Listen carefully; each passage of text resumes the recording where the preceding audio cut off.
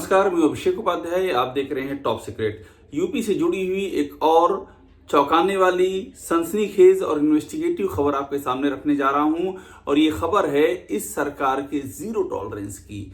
ये सरकार दावा करती है कि हम हमेशा जीरो टॉलरेंस करप्शन के खिलाफ करते हैं। यहाँ हो क्या रहा है? चौंकाने वाली कहानी ये है कि पुष्टाहार घोटाला आपने सुना होगा। उस पुष्टाहार घोटाला जिसने यूपी को हिला करके रख दिया था, उसमें जिन कंपनियों के नाम एफआईआर दर्ज की गई थी, इस सरकार के गृह विभाग ने उन्हें क्लीन चिट दे दिया है।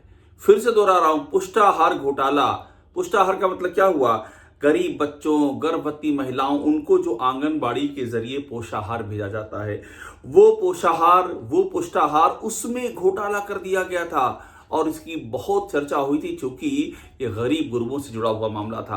अब उसके बाद जब ये घोटाला हो जाता है तो बड़ा हंगामा मचता है। योगी सरकार कहती है हम तो जीरो टॉलरेंस की पॉलिसी अपनाते हैं।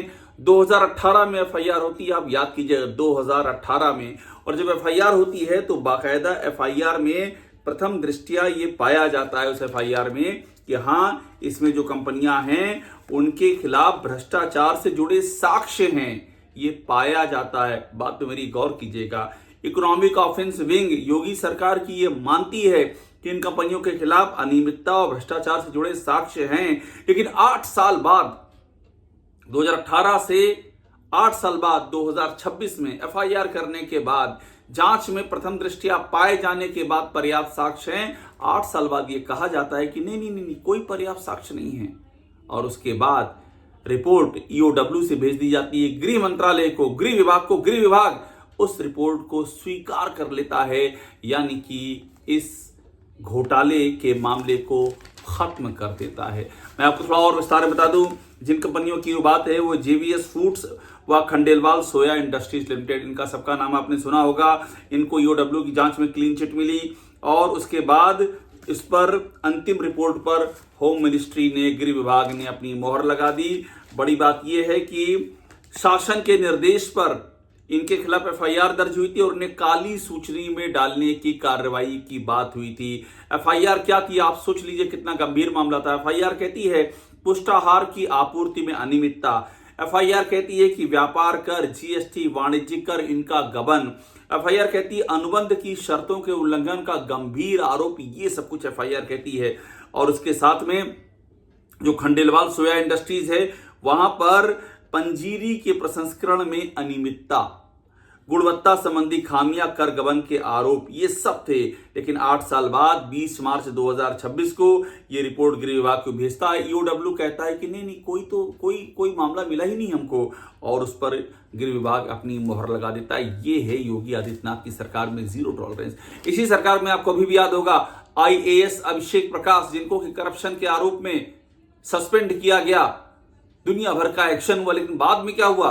वो आज बहाल हैं, वो आज आराम से अपनी नौकरी कर रहे हैं। इस सरकार का जीरो टॉलरेंस है। और ये किस महत्व में हो रहा है? ये जो अभी मैंने आपको कहानी बताई, ये पुष्टाहार घोटाले की, गृह विभाग ने इसको स्वीकार किया है। गृह विभाग के मुखिया कौन है? वही संजय प्रसाद हैं, अपर मुख्य सचिव योगी आदित्यनाथ की सरकार के, जिन्हें 24 घंटे पहले इलाहाबाद हाईकोर्ट ने बाकायदा अपने ऑर्डर में लिखा कि ये भविष्य में किसी जिम्मेदार पोस्टिंग दिए जाने के काबिल हैं भी या नहीं। एसीसी यानी कि अपॉइंटमेंट कैबिनेट कमेटी, जिसको प्रधानमंत्री चेयर करते हैं, और डीओपीटी यानी कि department of personal and training, वो इस बात की जांच पड़ताल करे, उतना ऑर्डर भेज दिया। इतना गंभीर, इतना कठोर आदेश संभवतः शायद ही किसी इतने बड़े अधिकारी के खिलाफ पास किया होगा आज तक। इलाहाबाद हाईकोर्ट ने लिख दिया कि ये किसी जिम्मेदारी के काबिल है भी नहीं, इसकी जांच कर लीजिए। मैंने अभी एक स्टोरी और की थी, और स्टोरी ये थी किस तरह से बीजेपी के फर्जी लेटर पैड पर तबादले की चिट्ठी लिखी गई और संजय प्रसाद वहां भी एक्शन में आ गए और उस फर्जी लेटर पैड की चिट्ठी पर डीएम से लेके कहां तक की आख्या आ गई। सवाल ये उत्तर प्रदेश में क्या हो रहा है? सवाल ये है कि जिम्मेदार पदों पर बैठे लोग क्या कर रहे हैं? सवाल ये है कि संजय प्रसाद के महकमे का हाल क्या है? होम मिनिस्ट्री में, गृह विभाग में, पुलिस महकमे में इस कदर कानून व्यवस्था ध्वस्त पड़ी हुई है। कहीं हत्या हो रही है, कहीं लूट हो रही है, डकैती की खबरें हैं, रेप की खबरें हैं, पब्लिक बेकाबू हो जा रही है। और उस सब के बाद जहां आपको एक्शन लेना है वहां एक्शन लेने की जगह आप क्लीन चिट पर मोहर लगाते हैं। ये बताता है इस सरकार की कहानी क्या है और आप इससे समझ सकते हैं कि योगी सरकार के नाक के नीचे चल क्या रहा है। पीडब्ल्यूडी मंत्रालय में करप्शन के गंभीर आरोप, जो कि योगी आदित्यनाथ का मंत्रालय है। खनन मंत्रालय में खुद सीएजी की रिपोर्ट में आ गया कि अवैध खनन जम करके हो रहा है, योगी आदित्यनाथ का मंत्रालय है। औषधि प्रशासन योगी आदित्यनाथ का मंत्रालय, जिसमें कि कोडीन कब्जा का मामला ने भूचाल ला दिया। सूचना योगी आदित्यनाथ का मंत्रालय है, जिसमें इतनी सारी पानी की तरह पैसे बहाने और अपने ही नेताओं की टारगेट किलिंग करने जैसी बेहद गंभीर बातें सामने आई।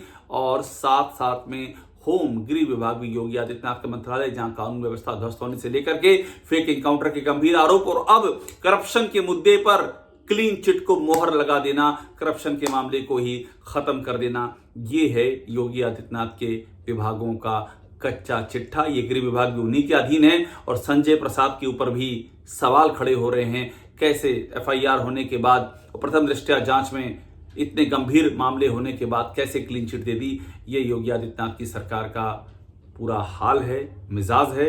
और इलेक्शन नजदीक हैं, ये मामला और भी ज्यादा गर्मा सकता है। टॉप सीक्रेट देखते रहिए, लाइक कीजिए इसे, आप सब्सक्राइब जरूर कर लीजिएगा।